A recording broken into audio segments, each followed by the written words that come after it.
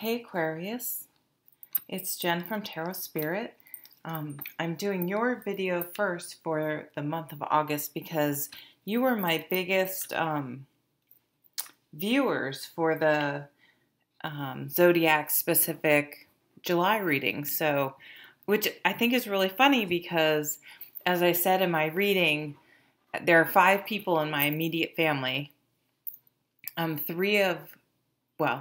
Including me, and 3 of them are Aquarius, and the other one's Libra, and I'm Sag. But so I don't know. And those are the 3. The funny thing is, those are the 3 that like have never wanted anything to do with tarot whatsoever. So anyway, I think it's ironic and awesome that you guys watch me more than any other zodiac sign.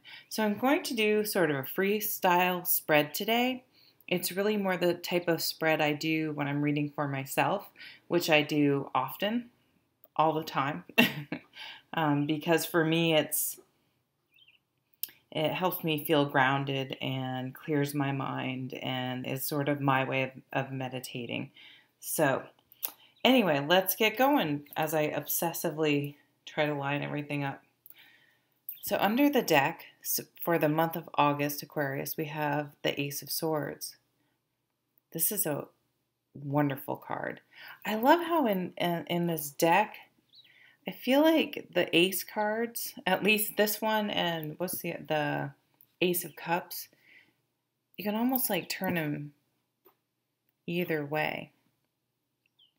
And this card has these butterflies, so this is about transformation, clarity of thought, cutting through something to, a very fine thought where it's crystal clear. You've really figured out exactly what you're going to do in a certain situation.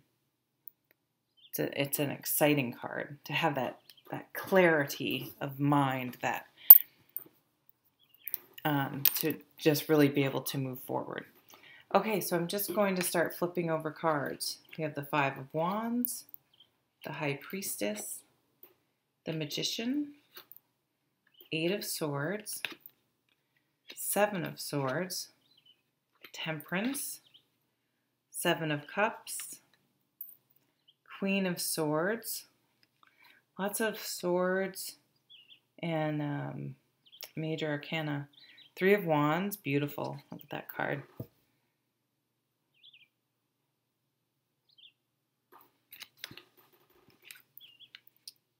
The Hierophant, the Lovers, wow. Queen of Pentacles. Wow. Interesting month coming up for you guys. Sort of some big shifts on an inner level. We have some like competition and some real like soul searching. Just kind of like I can see all you're gonna go through to achieve this Ace of Swords. Okay, so I need to start talking instead of just figuring it out in my head.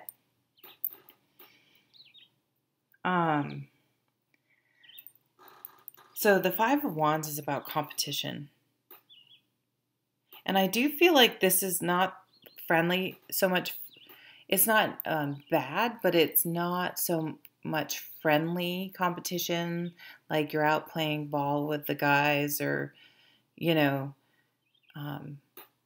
competing on an online game or something like that. This is sort of where it's almost a little bit of that 7 of Wands feeling where you're feeling, and you're not feeling defensive, but you do need to prove yourself. And I think you're going to do it with amazing, you're going to supersede any, what you even thought you could do. You're really going to feel motivated instead of like fear-based. It's going to be like, I can do this and I'm going to do it. And you're just going to really sort of just exceed, 3 levels beyond what you were wanting to do. Then we have the High Priestess. So she comes up when we really have to trust our gut. We have more butterflies here. So I feel like that's tied to the Ace of Swords. So I really feel like using your intuition and really trusting your gut is going to be the key to figuring out this Ace of Swords, is getting this clarity and transforming. And then we have the Magician. So I think this relates back to the Five of Wands, and it's saying that, you know, this is, you're going to, you know, start competing. This fire is going to ignite in you, and you're just going to be like, I'm going to show them because I am confident and I know I do a great job, and watch me go. And the Magician is just, he's the one that can do that without any problem. He just manifests what he wants. And in this deck, he's even sort of surrounded by fire, the wand energy. Nice. Now, this happens a lot.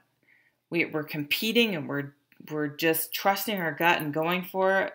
We're completely manifesting our dreams, and then our brain and thoughts get in the way, and we're either in denial about something, we don't want to face something, or we are becoming our own worst enemy and saying, oh, this isn't, you're putting up your own blocks, and just, yeah, beating yourself down and downplaying things and throwing up roadblocks, so that because you're a little afraid that you're actually going to do what you want and get what you want, it's going to be weird. You're going to be like, oh my God, this is what I wanted. Shit, this is what I wanted. And like, I don't know if I want it. Like when it happens. So you're going to go have a little bit of a, you know, mental time. We have the Seven of Swords and next. And this card reminds you to, especially when you are in a competition, even if other people you don't feel are playing quite by the rules, that you make sure you maintain your integrity. Sorry, I think the lighting's a little poor. See if I can move it. Ouch. I don't know if that helped or not, but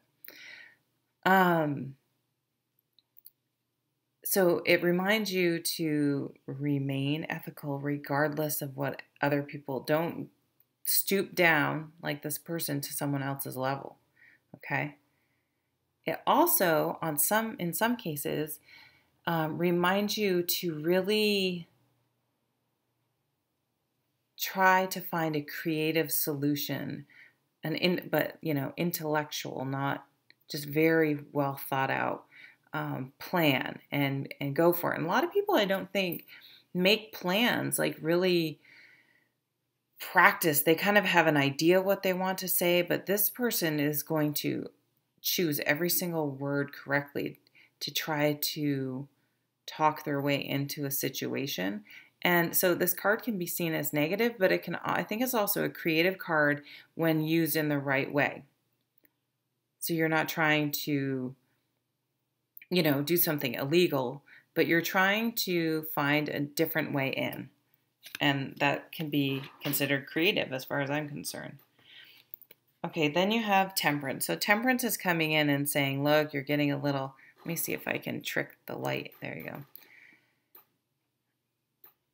You know, you were really starting off really fiery and bright, and then your brain kind of got in the way and made you a little mental and maybe overthinking things.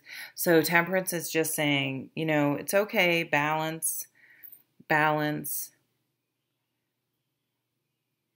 Keep things in perspective. Here are our butterflies again.